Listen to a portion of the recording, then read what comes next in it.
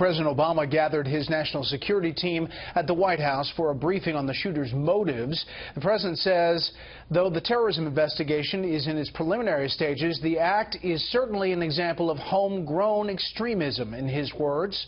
But it's also what he's not saying that's causing concern for others. Correspondent Rich Edson has the latest from the White House. Terrorism experts have warned for years about the lone shooter. No relationship to or communications with international terrorist organizations. A murderer who draws no attention until they start shooting. Though the Federal Bureau of Investigation launched separate inquiries into the Orlando killer in 2013 and 2014, officials say he had claimed connections to those as wide-ranging as Al-Qaeda, Hezbollah, and the Boston Marathon bombers. We're also going to look hard at our own work to see whether there is something we should have done differently.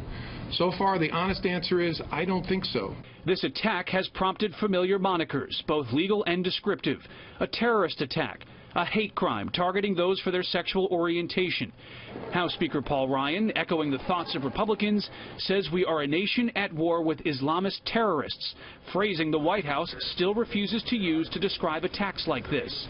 We are not in any way going to give an extremist terrorist organization the legitimacy that they seek. There is a reason that ISIL likes to refer to themselves as the Islamic State. They crave the notion that they could be identified as religious leaders or holy warriors that are engaged in a war in the name of Islam against the West. They're wrong. Instead, President Obama is renewing calls for Congress to approve stricter gun control measures. How easy it is for them to obtain weapons is, in some cases, going to make a difference as to whether they're able to carry out attacks like this or not.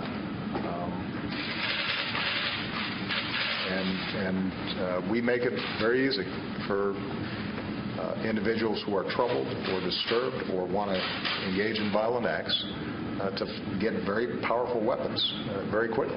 Senate Democrats have revived legislation to prevent those on the terrorist watch list from buying firearms or explosives. A similar effort failed in December.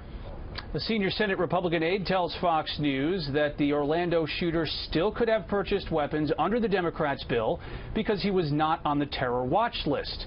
To that, the White House says it wants Congress to go further and ban assault weapons like the AR-15, the one used in the Orlando attack. Brent? Rich Edson live on the North Lawn. Rich, thank you.